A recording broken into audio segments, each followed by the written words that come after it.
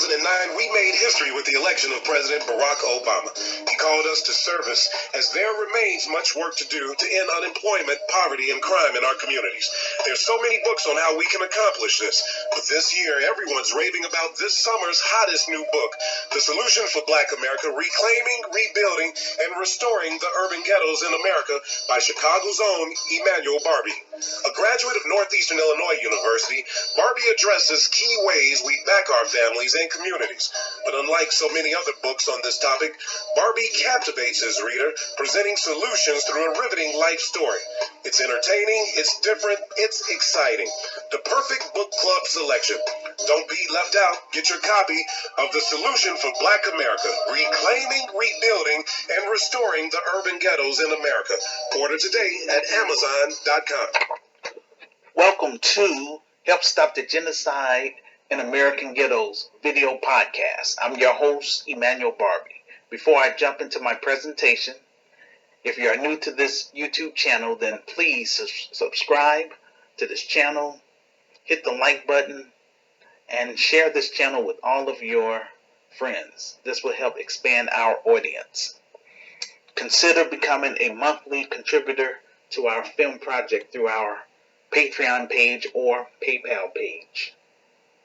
If you don't understand English, I provide a written transcript of this video podcast on my Medium page. You can find all of my pages under the About section on my YouTube channel. This video podcast is an extension of the grassroots community activist movement. I created GRCAM because I got tired of all of the division among black people. Pan-Africanism was not working for black Americans. I wanted to start a new movement for black people to unite based on individuals who care about solving black issues. I created GRCAM in 1991 on a site called Gopher. I wanted to create an organization that focused specifically on solving black issues in America. I also wanted to connect with other like-minded African Americans, Afro-Brazilians, Afro-Canadians, Afro-Caribbeans, Afro-Europeans, African immigrants, Afro-Latinos throughout the diaspora. I also wanted to build a bridge between the Diaspora and Continental Africans, or Native Africans, which is the global black family. I use this platform to interact with everyone on my friends list and everyone in my social groups by giving black business owners free airtime to promote their products and services. I give people in the faith community an opportunity to share the gospel of Jesus Christ, and ordinary law-abiding citizens an opportunity to share their special talents and skills to my listeners from the podcast community. After the show, I offer my guest speakers an incentive by sharing with them how to create their own podcast and YouTube channel to earn extra revenue. I also assist people on my friends list with creating basic websites, finding college scholarships and grants, housing, and legal services, all for free. Sad to report that many people on my friends list and people in my social groups are not participating on my free Facebook Live or YouTube Live streams.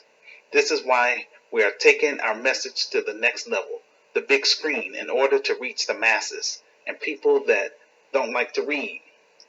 I will be hosting my online talk show every Thursday until I'm able to raise $500,000 for my film project, either through Facebook Messenger or YouTube live stream.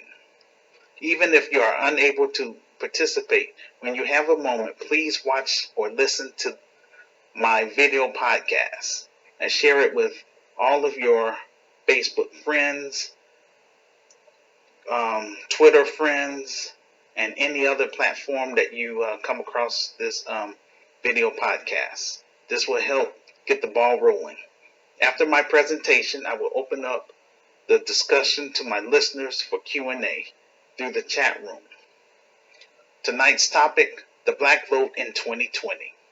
I understand lots of our people don't like politics, but we have to use them until we are able to educate our people about the fundamentals of politics.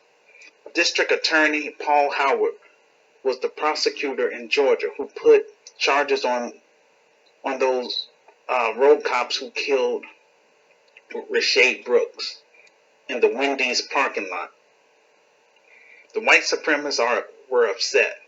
I was encouraging people in my secular groups who live in the Atlanta area, to re-elect Paul Howard because he's doing the right thing, punishing the road cops for their crime. The system preferred to have coons and mammies in office to do their bidding. If we want politicians to do our bidding, we got to support them.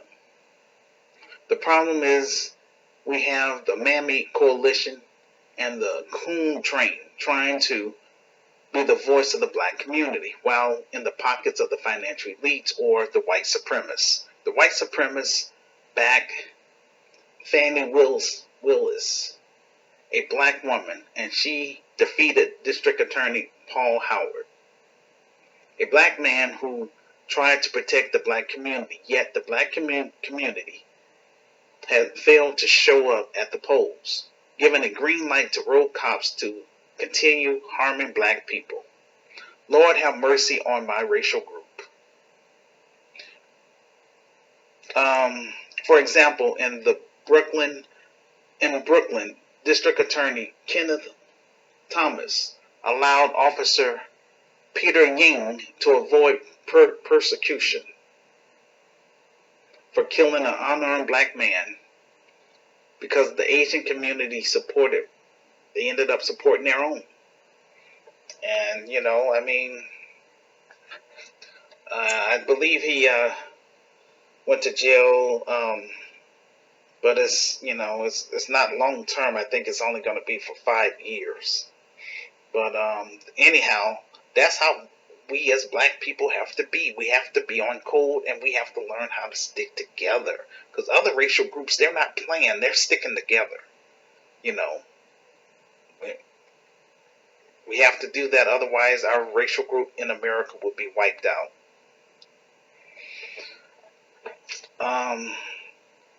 Now getting to the politics. It's a mess up choice. I believe Donald Trump would have won a second term if it wasn't for the coronavirus.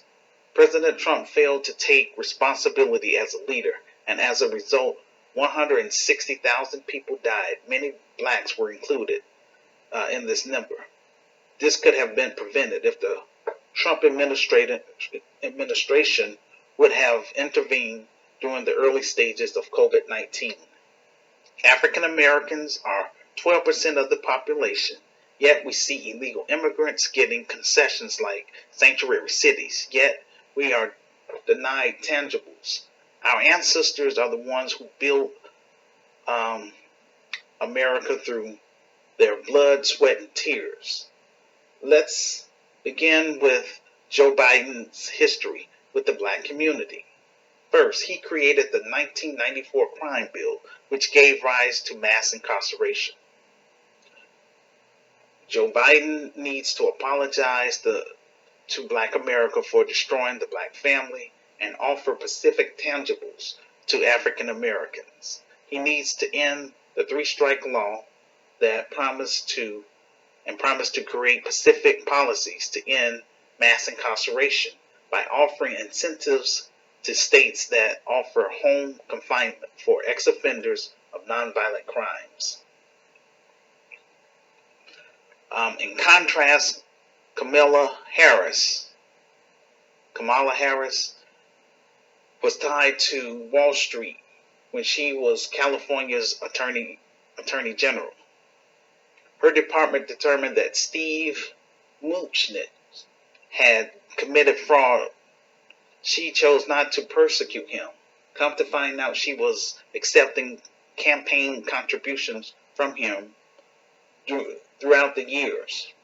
Her decision as a prosecutor to enforce truancy laws, where she would literally prosecute parents is disproportionately affected poor black families. Instead of looking at the situation from a socio-economic issue, she chose to view it as a criminal issue. Instead of asking the question, why are these children having a difficult time attending school? These laws can be misused to make poor families even worse off than they were. Now that these families have racked up fines and are unable to pay their their um, their debt, then they end up getting arrested and jailed. If you are in jail, you are unable to work. These are the issues Kamala Harris have to answer if she wants to win the election.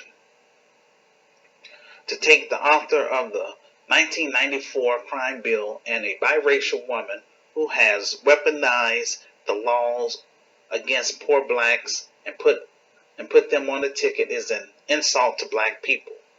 Black Americans learned from Obama that race didn't equate to policy. As the first black president, Obama failed to act against police brutality.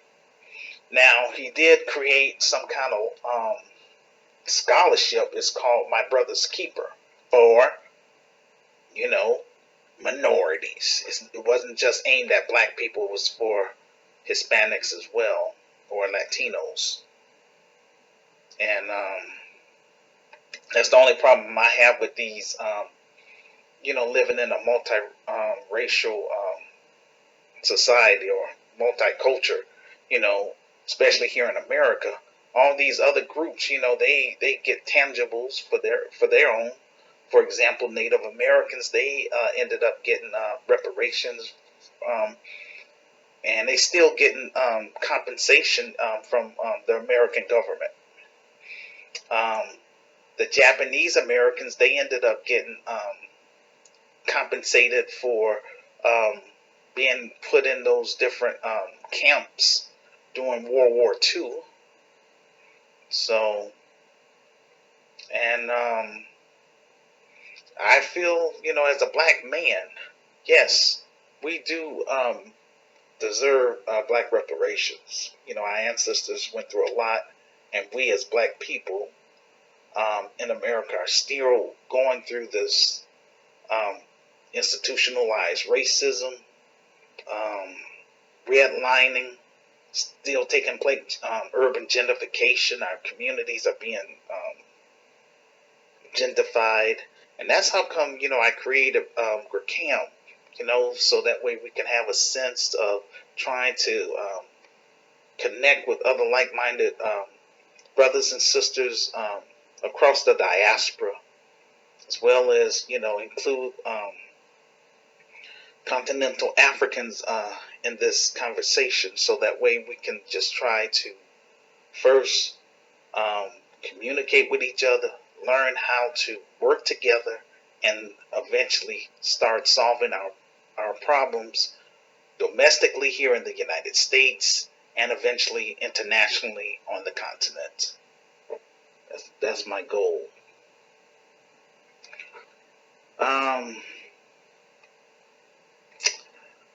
Their message, which when I say their message is the Democratic Party, is aiming at older black women.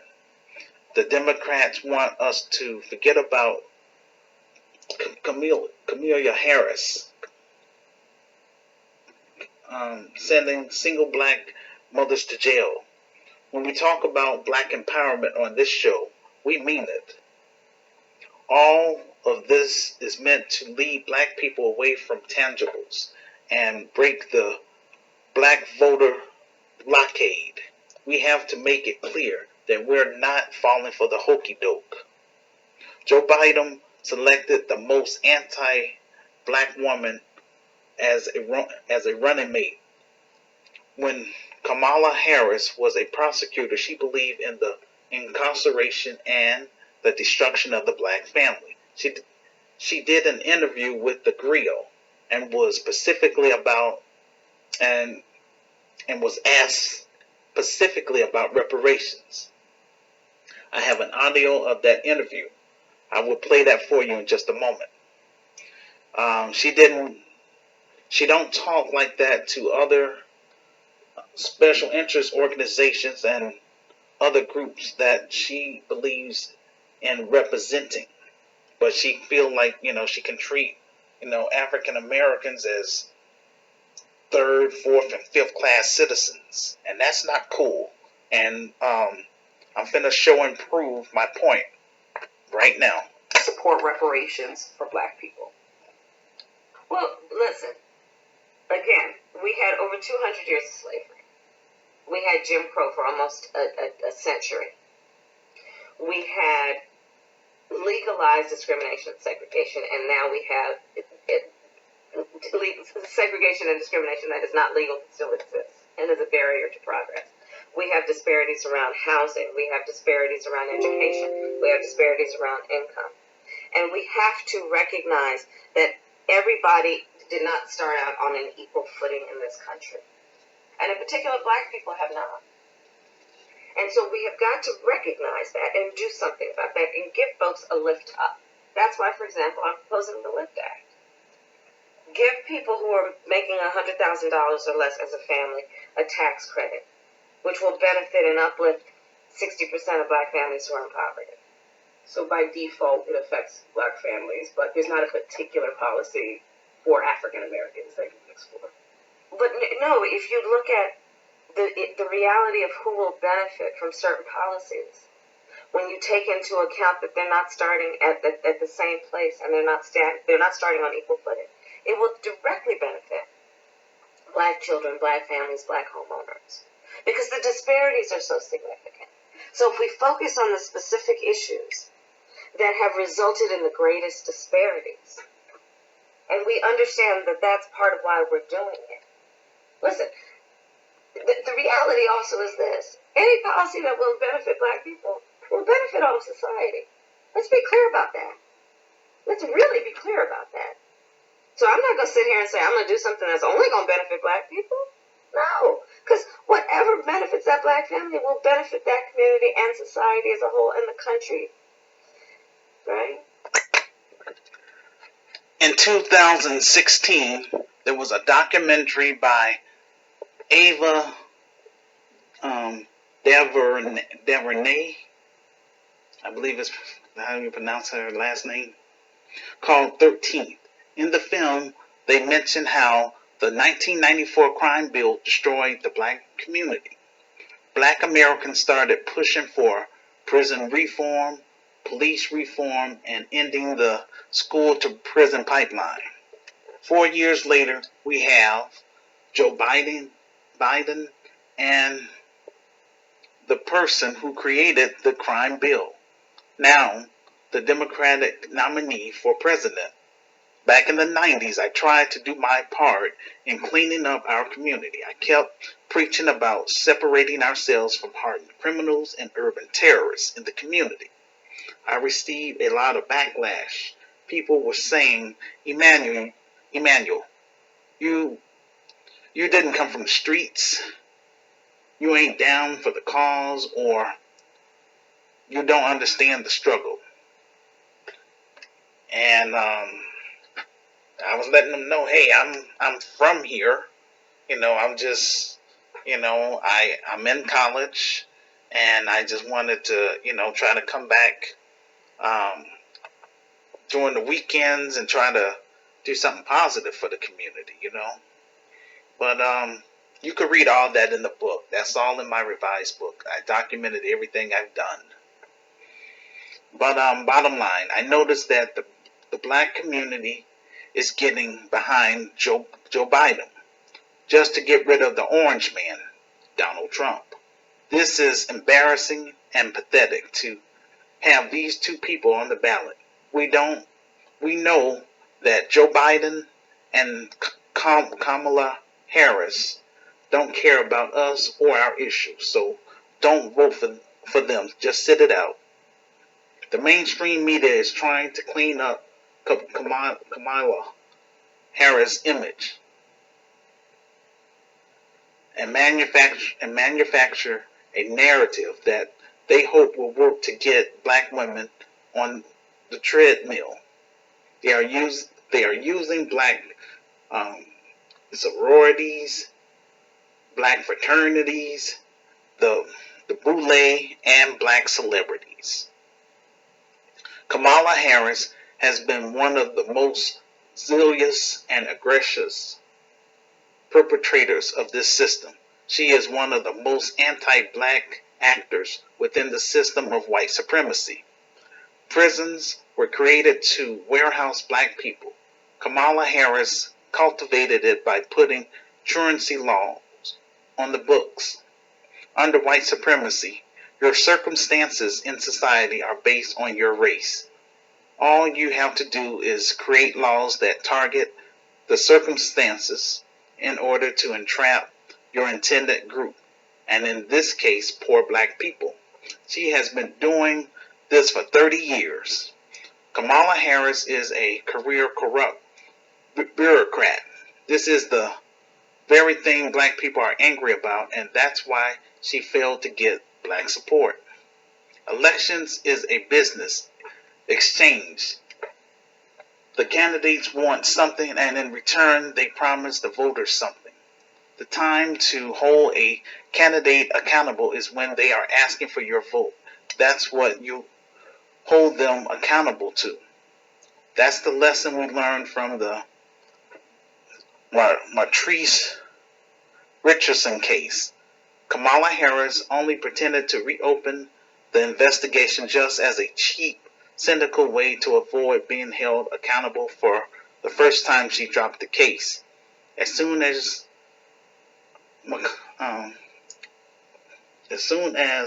Kamala Harris got reelected, she closed the case again. We only vote when our interest is on the ballot. Without the young black vote, no Democrat can make it to the White House, and the road to the young black vote is through the black media. In this season, power is coming from the ground up through the black grassroots. We have presidential candidates talking about reparations because we made it an issue. Family, don't ever think that you're not making an impact. We are. This is more than about whether or not someone thinks we deserve reparation. It's a debt owed. It's a debt owed to African Americans. The African way of seeing success is when success is received by the black masses. As long as the black masses are suffering, then we don't claim success. We demand specific policies aimed at African Americans, the wealth gap. I discussed this in detail in my revised book on chapter 4, page 134. Nothing has changed in 40 years for black American families. We demand an end to qualified immunity for the police. These road cops that killed Breonna Taylor are still walking the streets as if nothing happened. That's not right. They need to be punished for their actions, and they need to be stripped of their police duties. We as taxpayers are paying for that. We want black reparations. There were no study for the $2 trillion for the coronavirus stimulus checks. We want universal health care or Medicare for all. What makes you think that black Americans will continue voting for Democrats when the Democrats refuse to address our issues? Black Americans are the majority of your voters. Family, we got to watch out for all these so-called white liberals who claim to speak for us while playing both sides of the fence. For example, people like Tim Rice Wise will talk a good game and get many endorsements, but when it comes down to providing solutions to solve black issues, it becomes a problem.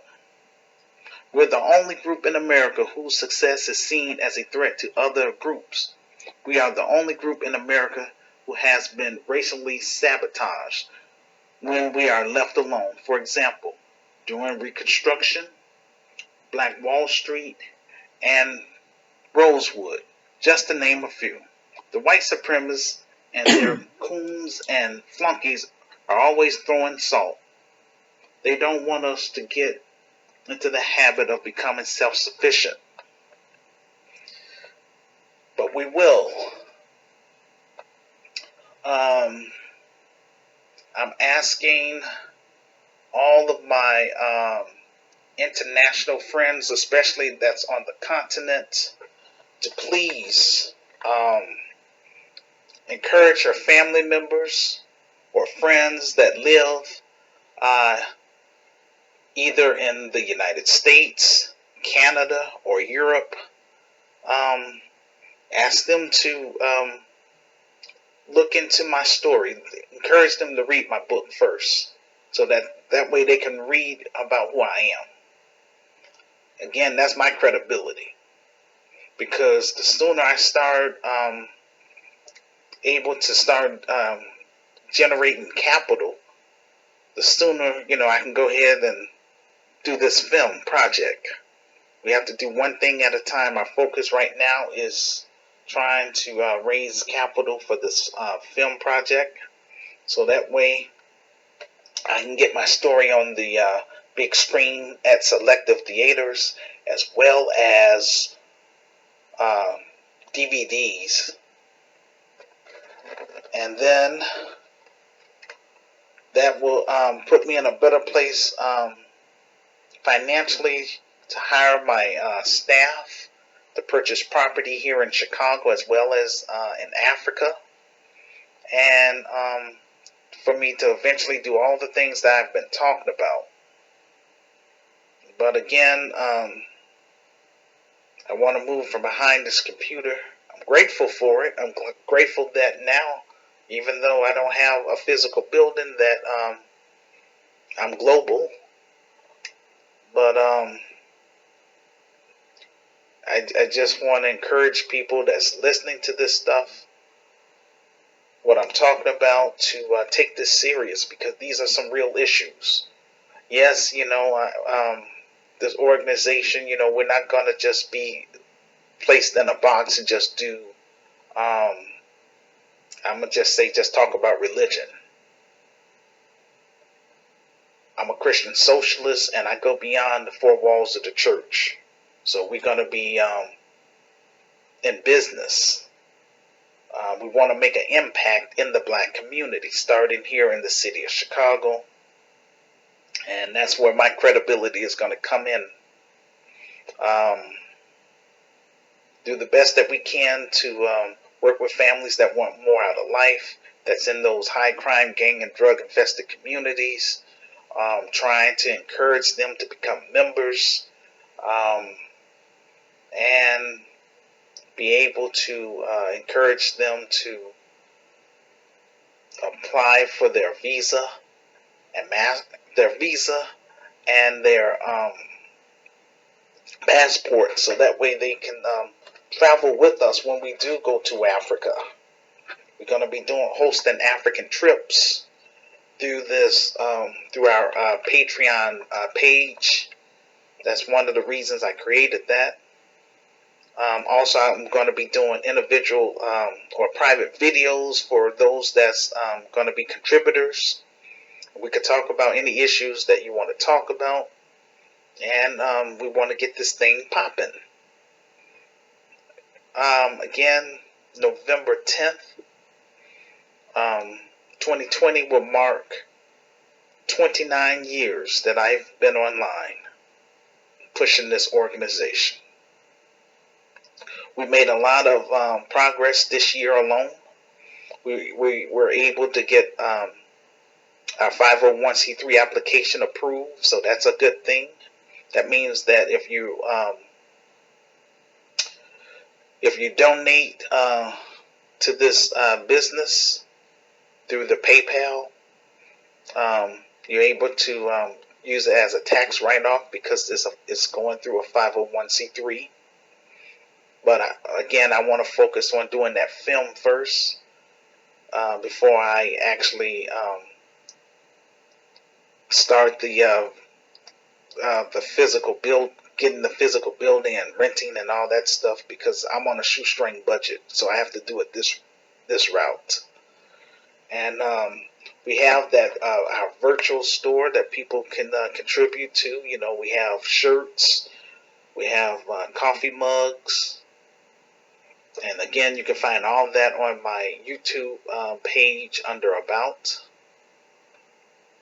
And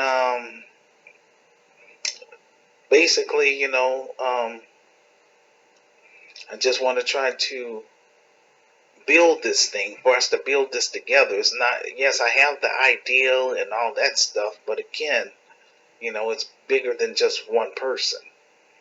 Again, I'm just trying to make sure that, yeah, I weed out the wrong type of people, because unfortunately, a lot of our people, they have that felon mentality. You know, again, that's how come that district attorney in Paul Howard, you know, he lost the election because, you know, a lot of our people didn't get into the voting, go out to the polls to help, you know, reelect him. And now, as a consequence, black people are, it's open season on black people in Atlanta, basically. It's sad to say that.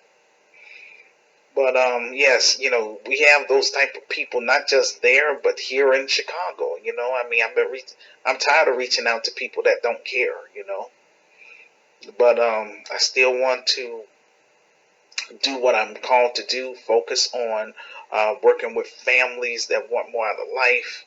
That's, you know, they have goals and dreams and stuff, but they just, you know, because of their economic situation, they live in those high crime communities.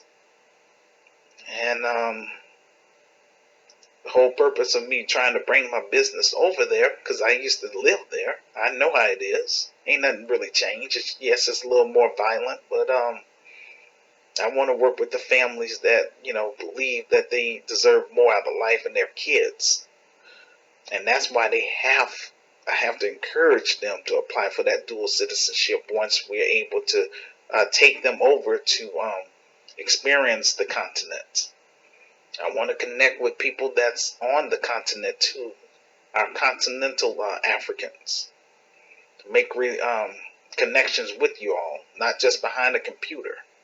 But I don't mind using this computer as a way to communicate my ideas and stuff. But again, you know, I want us to actually move behind the computer and turn all these ideas that I have to be a blessing to the black community and also to the African economy and to the African people. All right? Well, with all that said, if I have anyone that wants to come on here and speak with me directly for Q&A, you're welcome to do that. I'm going to just say the phone lines are open. You can chat with me, but I prefer that if you want to come on this show, you know, you send me your email, and what I'll do, send it through the chat room. And what I'll do, I send you a code, and you can come on here and, you know, you can speak on the show with me and to my audience. All right? And if I don't get anyone within, I would say, the next 10 minutes, then I'm going to just call it a night.